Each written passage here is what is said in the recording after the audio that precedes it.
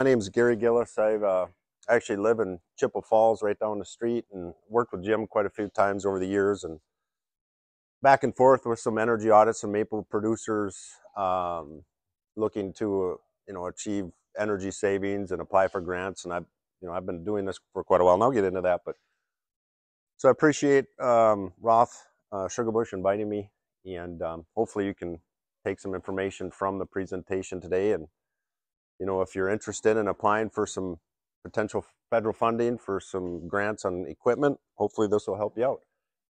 But I always, when I was searching through some pictures when Jim had asked for me to put together a presentation, I thumbed through some of my pictures, and I thought, I've been doing this for quite a while for different types of farms. But when it comes to maple syrup, a lot of times I'd work with producers, and they're like, "Yeah, well, Gary, I burn wood, and there's no cost for the wood.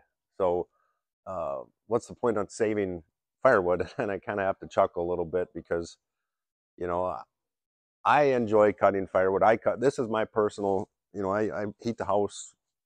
Sometimes it's not my sole source, and I make maple syrup, and, and I can tell you firsthand that it's not a free energy resource with all the equipment.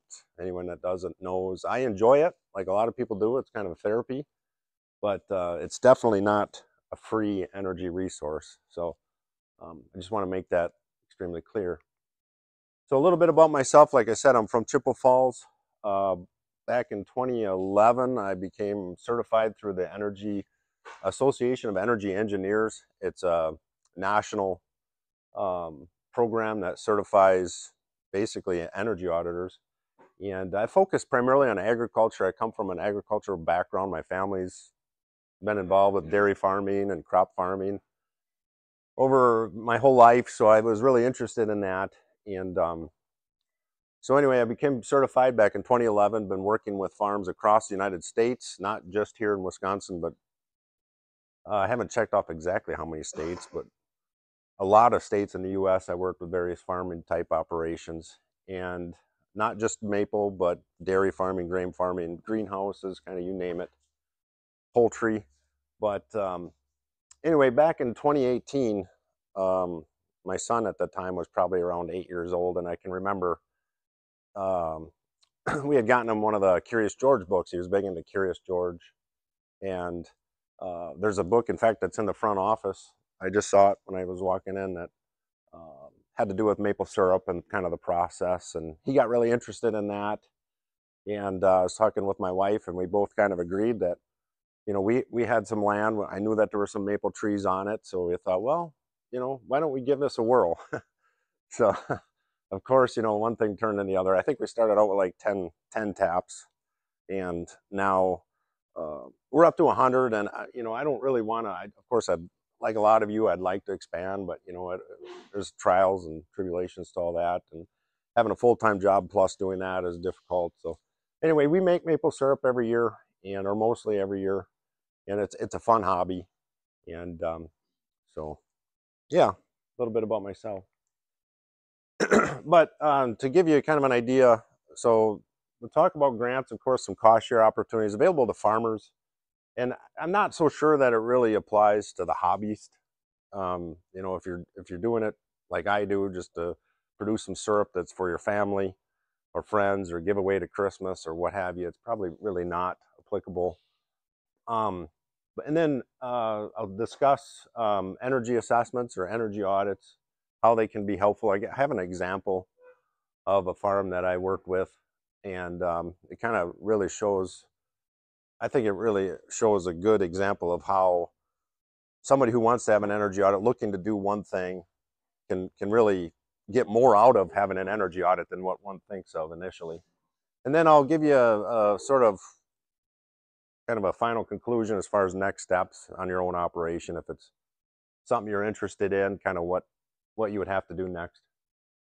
So when we talk about grants and cost shares, the federal programs that are applicable to maple syrup producers is the USDA REAP, or the Rural Energy for America program. And full disclosure, I don't work for the federal government. I don't implement these programs. Like Jim said, I'm an independent consultant. farmers hire me to complete the energy assessments that they use to apply for this funding. So I just want to make that really clear. But I'm just regurgitating information that I have picked up and working with these agencies and working with farmers over the years, and sharing what I know. But always check with your local sources. But the REAP program is a grant type program, and I do know that, I'm not sure exactly the year, but as of a couple years ago, the grant amount has been up to 50% of the project cost, and it applies to both renewable energy and energy efficiency type projects. And I know there's a grant application process, but one of the main requirements is having an energy audit completed. I do know that. So you can talk to the local USDA representative. Most counties, I think, have somebody, FSA office. I think it used to be called the ASC office. A lot of people don't realize that there are these energy efficiency programs for maple syrup producers, but yes, there are. They also provide loan guarantees up to 75%. I don't really know the details of that. I'm just, again, regurgitating what I've read. The NRCS EQIP, that's primarily the one I know that when I do energy audits for producers, that's what they're applying for, EQIP, Environmental Quality Improvement Program. And I do know that over the years, most farmers are familiar with this program, because I think there's a lot of cost share opportunities for like soil conservation and cover crops and forest management type activities. But there are also programs available to purchase more energy efficient equipment too. So I encourage you to check into that. And then one point to make on all of these, both these federal type programs that I've learned over the years, is that they're not for new construction. So if you're trying to get started in the business, or if you're trying to do this, that's not really applicable. It's geared more towards producers who are actively in the business, who are trying to become more efficient. So that's an important key to make, I think. So I encourage anyone who might be interested in applying for those federal programs to check out these two websites here, or better yet, I think you're probably going to be better off to contact your local office representative and schedule an appointment to go in and meet with them and ask them. And there's no harm, no foul with doing it that way. Probably learn more, in my opinion anyway. When I visit a website, I don't typically get as much out of it as the person probably should, but anyway. And then there are state and like utility type efficiency programs out there, depending on where you're at. There's programs available through utilities, electric, but again, for maple syrup producers, it probably isn't that much applicable, because maple syrup producers don't use a ton of electricity typically, or natural gas. Rural areas typically aren't, but if you happen to be, there might be an opportunity. And to back up too, on the EQIP program, I forgot to say this. They do offer cost shares of up to around 75%, and it's around 75%. It's kind of a rule of thumb that I've always been told and what I've learned. They provide different payment cost share amounts for specific equipments, and it varies depending on the state. So again, it's approximately 75%, but it could be more, could be less. So as far as the energy audit and kind of the process that takes, more or less it's a matter of somebody like myself to analyze the previous energy use. So producers will provide that information to us. We take a look at the past production information. So in the maple syrup case, how many gallons of syrup, how many taps, things like that. We take that into consideration when we develop the recommendations later on. But more or less, it's we have to schedule a time to come on site, visit with verify things on site, get a real good understanding of how the operation is being managed, and work directly with the producer to come up with some ideas of ways to conserve energy. And then we generate a report. That report basically outlines the recommended measures and provides sort of an estimated annual savings.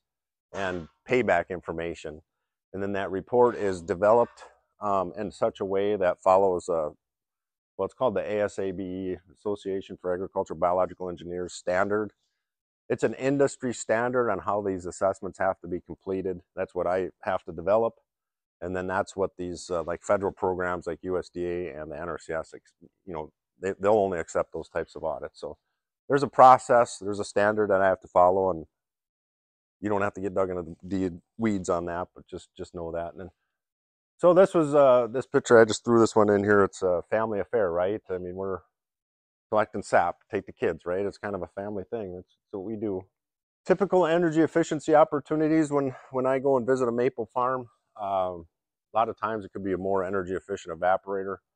You know, there's different options on the market today that forced draft systems, or, you know, I've seen systems that were literally missing insulation, or the insulation wasn't even there. So, you know, we can definitely make recommendations on that. Sap preheaters is another common one. Reverse osmosis systems. If you don't know, I mean, you can pretty easily take off about 75% of the water, you know, without having to boil it with the reverse osmosis system. So that's almost always a no-brainer, you know, in the energy efficiency world.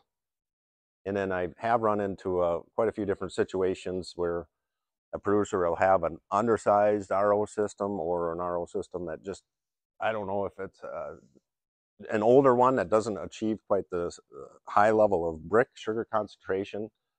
But some of the newer technologies, it seems like the manufacturers are always coming up with more improved technology to get the sugar content higher. So, you know, we can make that recommendation. And then also we find that there's variable frequency drive opportunities on vacuum pumps, some LED opportunities depending on the situation, water heating, space heating systems, insulation, air sealing opportunities, kind of your tried and true energy efficiency. And then sometimes there's refrigeration. Not all maple farms will have refrigeration, but some of the larger ones might have like a bulk tank or something like that that they use to keep sap cool. So anyway, that's specifically maple. That's kind of the target opportunities. So this is an example. This is a baseline energy use example of a farm that had, I believe, roughly around 5,000 taps.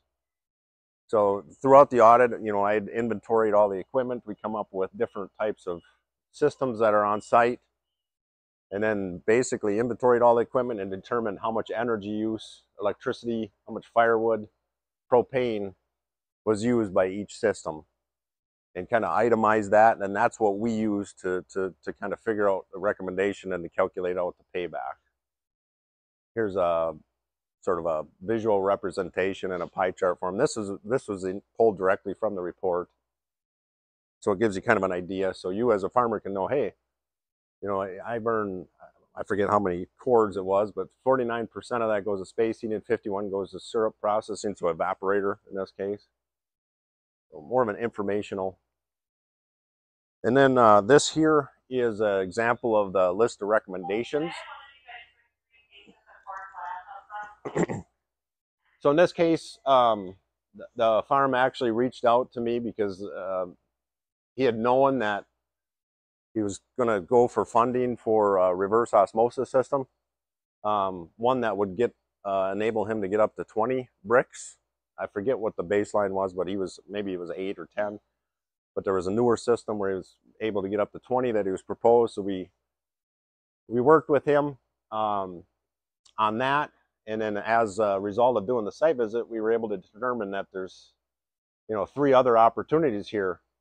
He had a vacuum pump that I found out that was run more or less 24/7 throughout the entire maple syrup or sap collecting season. So we kind of figured out, hey, why don't we put on a sensor on here to, you know, sense when the sap's not flowing, the temperature's below freezing, so that we turn that off. It was like, oh yeah, that sounds like a good idea. So we worked with the vendor, come up with the opportunity there. He had electric heating.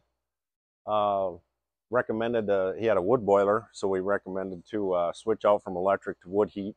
Interesting to note, that's not an energy saving opportunity. However, it's a cost saving opportunity.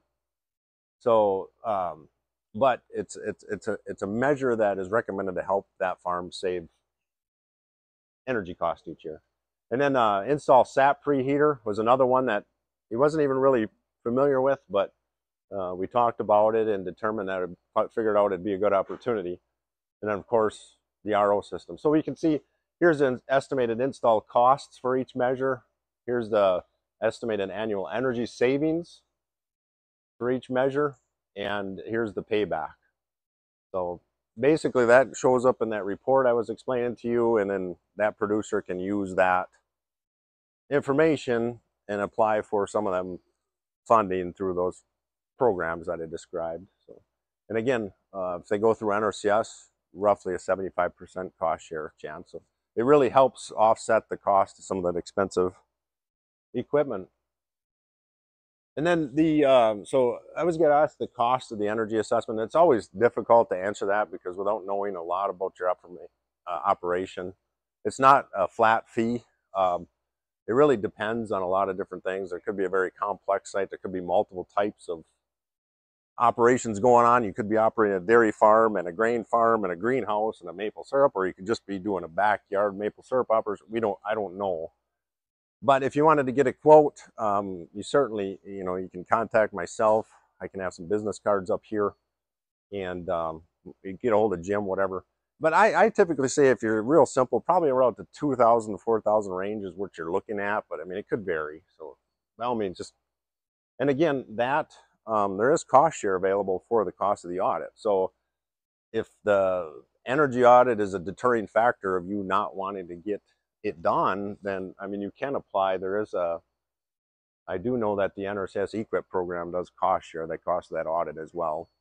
The one caveat to that, though, is if you're in a hurry, say you're in a hurry to get equipment purchased before the next sugar season, and you're late in the year, it could be a problem because I know that in the case of the NRCS, there's a kind of a time delay in the time that producers work with them and they find out they get funding. And then once they figure out they get funding for the audit, and then they hire myself to do the audit, and then they go back in to apply for funding for the equipment. I mean, you could be, a year and a half, 2 years out. So there is a benefit to pay for it out of pocket. I'm just going to say that because you can sometimes get your name in the hat quicker. So if time's of an essence, that might be something. But if this is something you're thinking about here years down the road, I mean, you've got time. So as far as next steps go, if it's something that you're interested in, I highly encourage you to go meet with your local NRCS or USDA representative. I think every state has one. I don't know for sure, but I believe so. And, have a conversation with them. And if it's, they can give you all that information, determine if you're eligible. And once you kind of get the ball rolling, and if you get contracted to get an energy audit, or you're looking at the next steps, reach out to me, or I'll say any other auditor, but, I'm in Chippewa Falls, depending on where you're at. I'd be happy to come and visit with you or talk to you about the options. And then as far as that, what happens typically is then you get a working contract agreement with yourself and the energy auditor. And then you schedule a site visit. That's where you're going to have to provide, all the energy use information, all the production information. And then a lot of times farmers will have specific projects in mind. And if they do, I highly encourage them to work with their preferred vendor to have quotes on that equipment ready for me. It just seems to make it go a lot smoother. And then, like I said, we'll do a site visit, and then we'll work to get the energy audit report completed back to you. And then you can work with whatever agency, you're working with for funding to work on the financial aspect of getting cost share or grants. And of course, then get the ball rolling, get it installed, and save energy. So that's kind of the whole idea here. So hopefully all this information kind of was helpful. And I appreciate Jim and all the guys here at Roth to let me come in and give some information. If anybody has any questions, I'd be totally happy to entertain them. Yeah. Yes, sir. Do Wisconsin only, or do you go to also? We can. Yeah, I can jump across the border. Not a big deal. I'll just let you know there's one other grant that's available out there. There's a grant through DATCAP Wisconsin, which is the RSFI grant, which is basically a grant out there to strengthen the middle of the supply chain. So you can find the details out at that on DATCAP's website. The deadline for that grant is March 6th, I believe, is when the application is due in. You can apply for anything from a sugar machine to a new sugar house and anything in between. So get on their website, check out that grant. I think there was $27 million for match funds earmarked for the state of Wisconsin. Want to let you guys know about that one. So Yeah, and I think with all these programs, I mean, they're out there, so why not take advantage of them, right? That's what they're there for.